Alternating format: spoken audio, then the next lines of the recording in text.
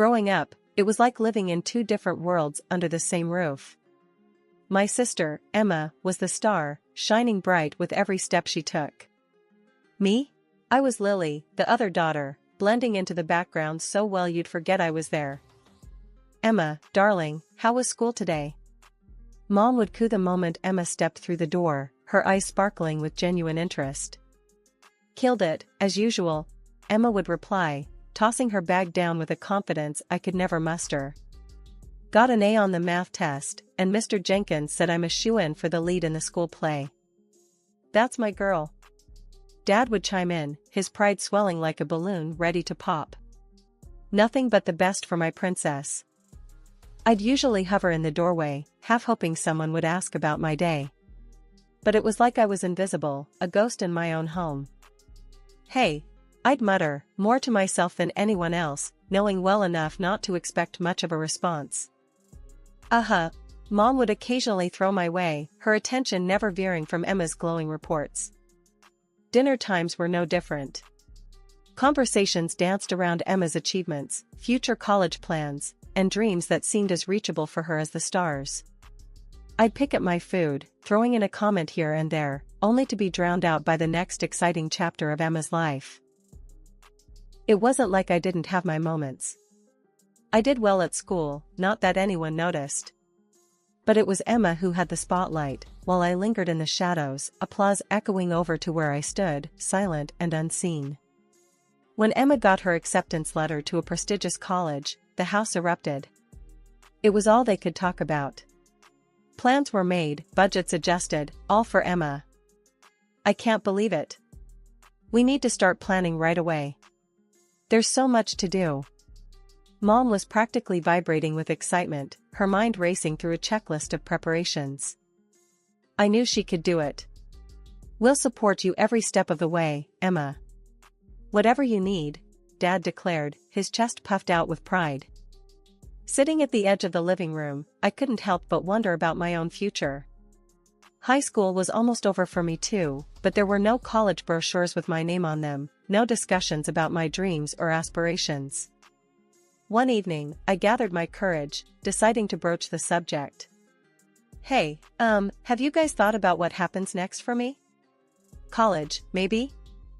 The room went quiet, the kind of silence that's heavy, loaded.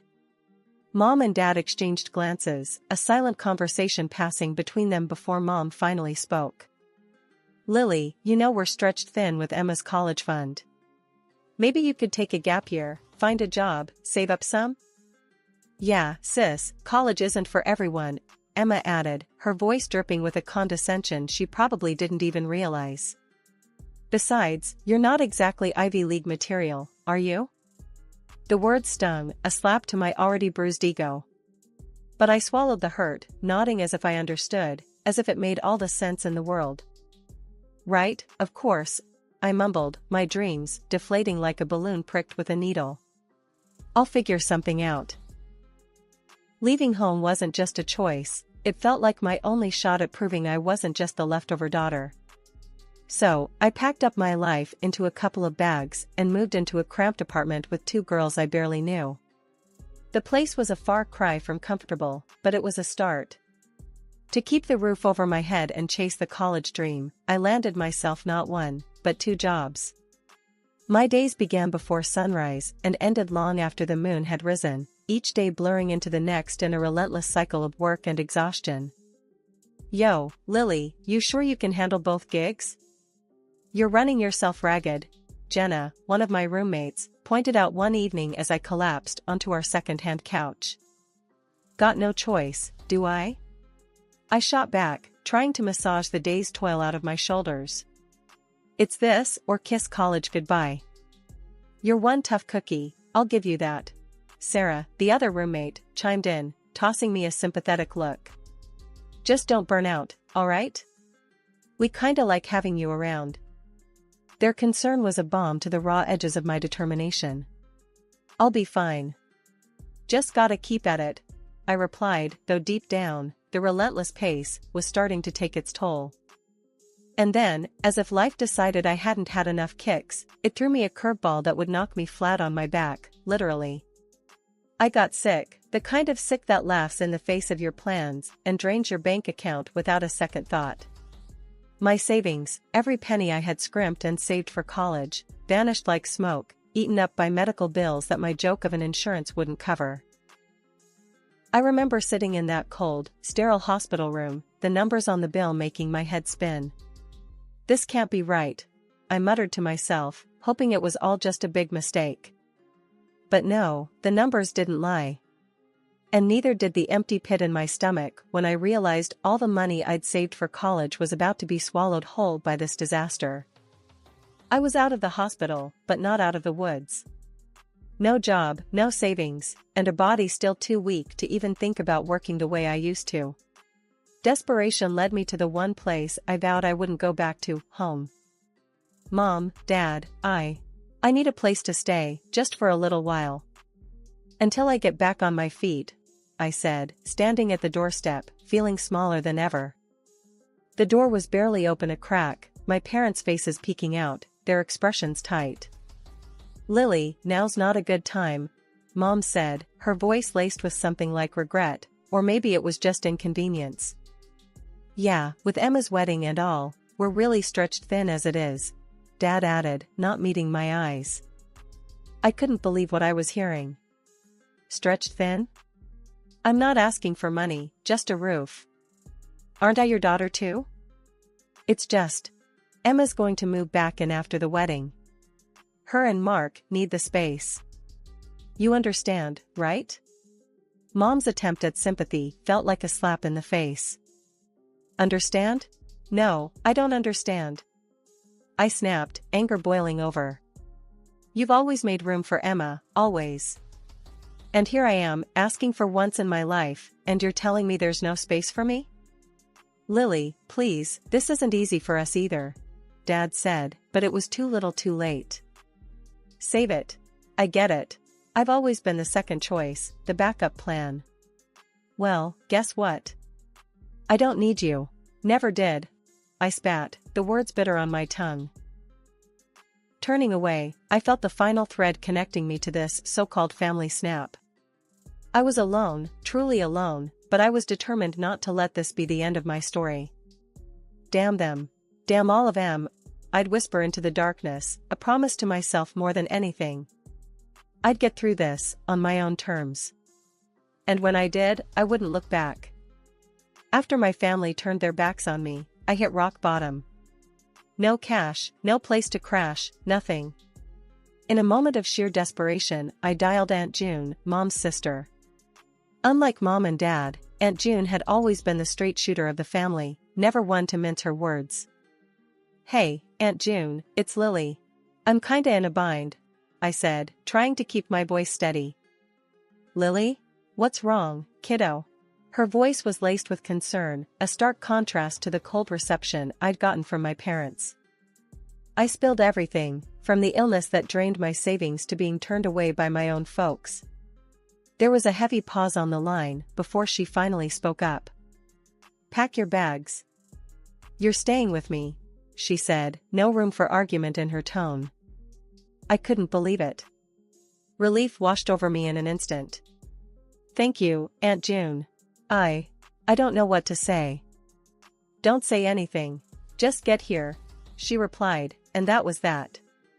Staying with Aunt June was like breathing fresh air after being underwater for too long.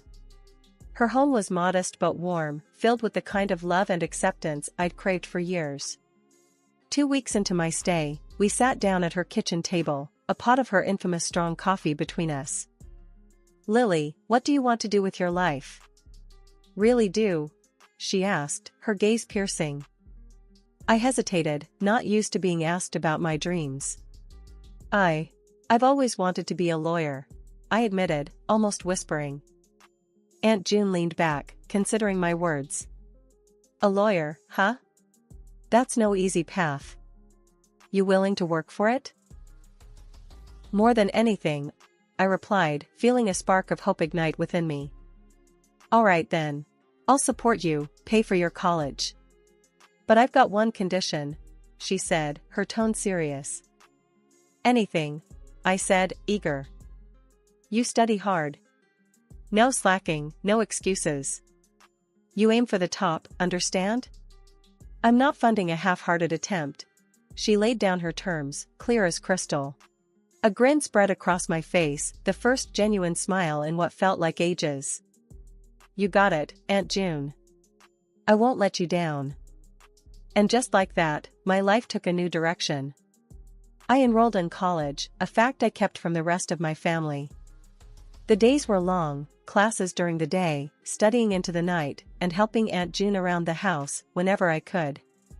But for the first time in a long time, I felt like I was on the right path. Remember, Lily, hard work's the key. You keep at it, and there's nothing you can't achieve, Aunt June would remind me, her belief in me a constant source of strength. Thanks, Aunt June. I won't forget, I'd promise, holding on to her words like a lifeline. Aunt June's support was my rock, her home my sanctuary. And as I buried myself in my studies, I knew I was building a future where I stood tall, no longer overshadowed or forgotten. A future where I'd make not just Aunt June, but myself proud. Life at college was a mix of hitting the books hard and the occasional release at parties with my classmates. I was pulling double duty, ASL in my studies, and working as a lawyer's assistant. The job didn't make me rich, but it paid enough to cover my needs. Aunt June's place felt more like home every day, and we got real close, like mother and daughter close. One night, out of the blue, she told me, "Lily, I always wished for a kid like you." That hit me deep, made me realize how much I'd come to mean to her. My crew from college was solid. We'd hit parties when we could, just letting off steam and trying to remember we were still young and alive amidst the chaos of law school. But one night, I got home way later than I'd planned. Aunt June was up, sitting in the dim light of the living room, looking like she had the weight of the world on her shoulders. As I stumbled in, trying to be quiet but failing miserably, she looked up, her face stern but worried. "Lily, we need to talk," she said, her voice cutting through the late-night fog in my brain. "Sure, Aunt June, what's up?"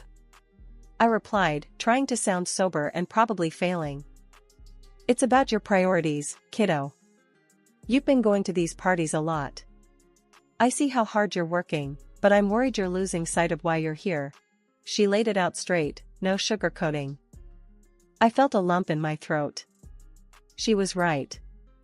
"I'm sorry, Aunt June. You're right. I've been messing up. It won't happen again, I promise. My studies and the job, they're my priority." I lost track of that. Aunt June's expression softened. "I know you're young and need to have fun, but you've got a rare chance here, Lily. Don't waste it. I believe in you, always have. Just, make sure you're not spreading yourself too thin, alright?" "Thanks, Aunt June. I needed to hear that. No more parties for me. It's time to buckle down even harder," I said, feeling a renewed sense of purpose. From that day on, I cut out the distractions. I dived deeper into my studies and work, determined to make Aunt June proud and to not let myself down. The parties and late nights gave way to early mornings in the library and long hours at the law office. It wasn't easy, balancing it all, but knowing I had Aunt June's support and believing in the path I'd chosen kept me going. My classmates noticed the shift. "Lily's gone all in, huh? Barely see her out anymore," they'd say. But I knew I was making the right call. The goal wasn't just to get through law school, it was to excel, to build a future I could be proud of. 7 years zipped by faster than I ever thought possible. There I was, standing on the graduation stage at 27, with my name being called out for excellence. In that sea of faces, there was one that stood out, glowing with a mix of happiness and pride, Aunt June. She was the only family I had there, the only one I needed. Her support had been unwavering, her faith in me unshakable. As I walked across the stage to receive my accolades, I caught her eye and saw a tear roll down her cheek. It was a moment I'd never forget. "This is for us, Aunt June," I whispered under my breath, my heart full. After graduation, I landed a job at a prestigious law firm. It felt like a dream. All those years of grinding, studying, and working had paid off. I was making a name for myself, proving I wasn't just the overlooked second child. One evening, Aunt June and I sat down for one of our heart-to-hearts. She had a way of turning any conversation into a deep reflection on life. "You've done so well for yourself, Lily. I always knew you had it in you," she said, her voice warm but tired.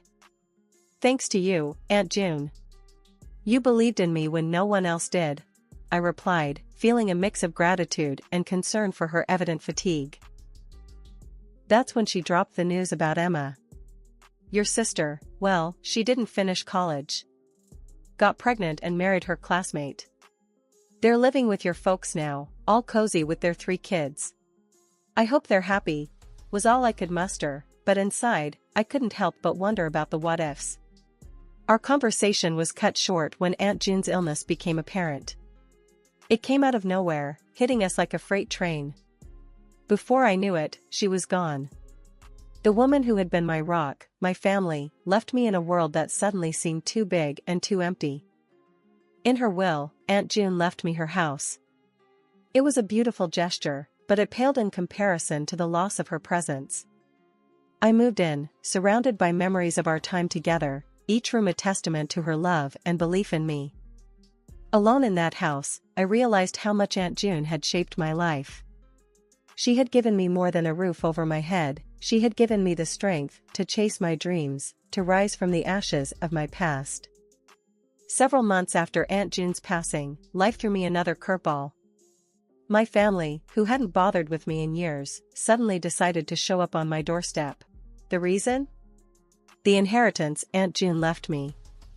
The moment they walked in, Emma started eyeing the place like a hawk scoping out its next meal, talking about moving in with her husband and kids as if I wasn't even there.